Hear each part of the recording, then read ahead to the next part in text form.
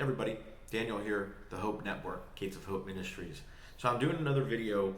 This one particularly is going to be talking about some of the defining things that we are doing as a ministry and kind of our mission, at the root of our mission. We believe and understand that God has made every single person special, individual.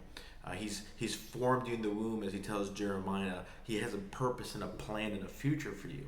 And oftentimes in the world that we live in, that is always kind of in question. Most people deal with identity issues. You've heard the term identity crisis. As you're growing up as a teen, the experiences and the different circumstances in your life, whether your parents got divorced or high school experiences, really define a lot of who you are and who you will be.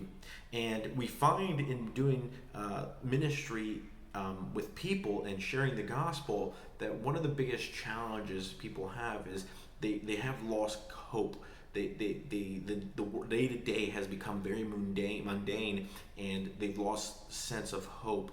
And hope really is birthed from having purpose. And so what we know at the root of that, if you kind of backtrack that, there's no hope, they've lost purpose. Well, at the root of that is an identity crisis.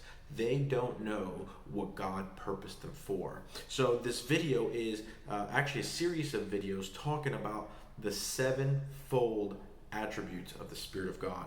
Let me explain. What is the sevenfold Spirit attributes of the Spirit of God? There's an idea here. Well, actually, not an idea.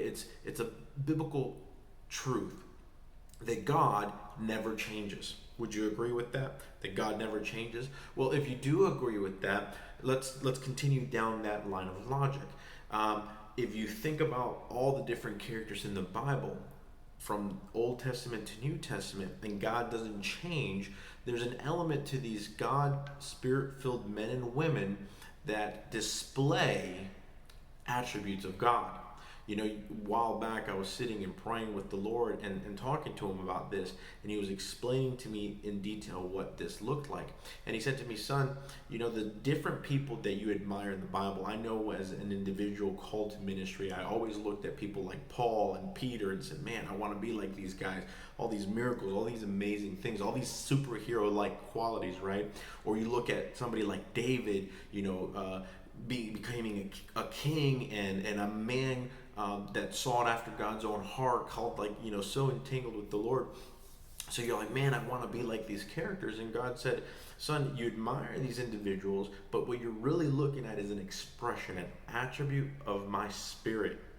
Therefore, you're actually acknowledging me. So instead of looking at the individual anymore, I look at what did God do through that person, and then how does those attributes then kind of display in the kingdom people now outwardly. And there's some descriptive words in the New Testament about different attributes of the Spirit of God. And in Ephesians 4:11, it talks about apostles, prophets, evangelists, pastors, and teachers. And then in Timothy and Titus, it talks about elders and deacons. And it's not the only place it talks about elders and deacons. But so you have these seven, if you count them, seven particular specific terms used to identify an individual that are, again, back to this point, an expression of the Spirit of God. So how does that play for us? Well, this is an introduction video. I want to take you through those seven attributes and discuss how they look, what are their differences, how they interact with each other, and how the state of the current church is because the lack of understanding the differences, because the differences are vast. And here's another tidbit. In 1 Corinthians chapter 12, it talks about the different gifts, like gifts of administration, gifts of healing, and so on and so forth. But what we see in the scriptures, like apostles, the apostle Peter and John and some of these guys, a lot of the things that followed them was these miraculous acts of gifts of healing and such and so forth. So what we understand to be true is that you have an apostle that displays certain gifts, right? So the best way I could explain it is a gift is a skill set that God has deposited in the individual, but that's a little bit different than an attribute. It's like you have a personality, and if you took a personality test, for example, you have certain attributes about how you distinctly do things in life, how you make decisions. Are you introverted, extroverted? Those are not just gifts, those are your attributes. That's what's in you, how you birth things out. And you still have a choice in between there to use your attributes in a way that it's expressive to the world. But more specifically, a gift like an administration is gifts of administration is not just like a corporate title, like, oh, this person is gifted administratively, so he should be an administration person at the church or administration person at the corporation. Maybe those administration gifts, coupled with the attribute that person has, may express themselves very differently. And I'll give you one more example before I close in relating to the apostles. Can an apostle have an administrative gift? Right? Can an apostle, like the ones that actually wrote most of the New Testament, have the gift to be able to write those things that God gave them? And you see that Paul was, for example, gifted in writing and expressing with words what God was trying to say. But you don't see the same in all the different apostles. So my point being is that an attribute and a gift is very different. And in the next series of videos, I will explain those differences. So not to beat on a dead horse here, but these differences are so vast that we've actually created a whole denomination based off those attributes. And what happens is someone with certain gifts will look, or certain attributes will look at an individual with a different attribute and say, that is not the right way to walk. For example, the prophetic or the apostolic compared to the teacher and pastoral.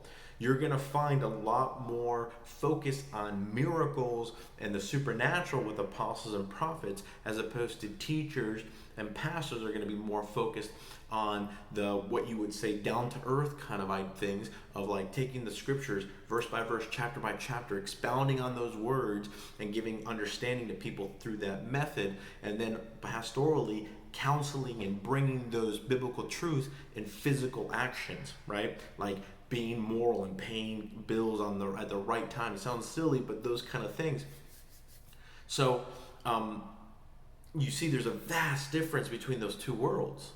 So it's easy for both of those worlds to look at each other and say something's not right, something's missing. And in some cases they are right, something is missing. They're missing each other. So my goal in the next few videos is to really break down as best as I can in a short period of time. I want to do 5-minute videos. This one's already a little long.